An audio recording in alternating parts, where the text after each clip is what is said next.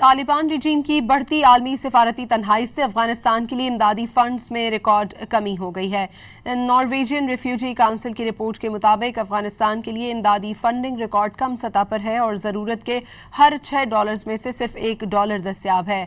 अमरीका, जो पहले अफगानिस्तान की मजमूई इमदाद का 40% फराहम करता था, अब अपनी तमाम माली इमदाद बंद कर चुका है।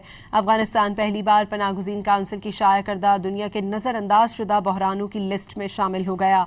अफगानिस्तान इंटरनेशनल ने रिपोर्ट का हवाला देते हुए कहा कि अफगानिस्तान अब दुनिया के सबसे कम फंडिंग हासिल करने वाले इंसानी बहरानों में शामिल हो चुका है।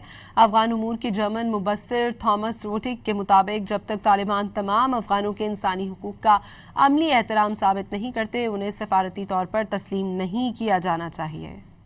तालिबान रिजीम की बढ़ती आलमी सिफारती तन्हाई से अफगानिस्तान के लिए इमदादी फंड्स में रिकॉर्ड कमी हो गई है।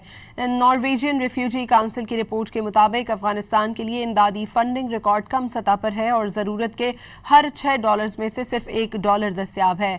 अमरीका, जो पहले अफगानिस्तान की मजमूई इमदाद का 40% फराहम करता था, अब अपनी तमाम माली इमदाद बंद कर चुका है। अफगानिस्तान पहली बार पनाहगज़ीन काउंसिल की शाया करदा दुनिया के नज़रअंदाज शुदा बहरानों की लिस्ट में शामिल हो गया। अफगानिस्तान इंटरनेशनल ने रिपोर्ट का हवाला देते हुए कहा कि अफगानिस्तान अब दुनिया के सबसे कम फंडिंग हासिल करने वाले इंसानी बहरानों में शामिल हो चुका है।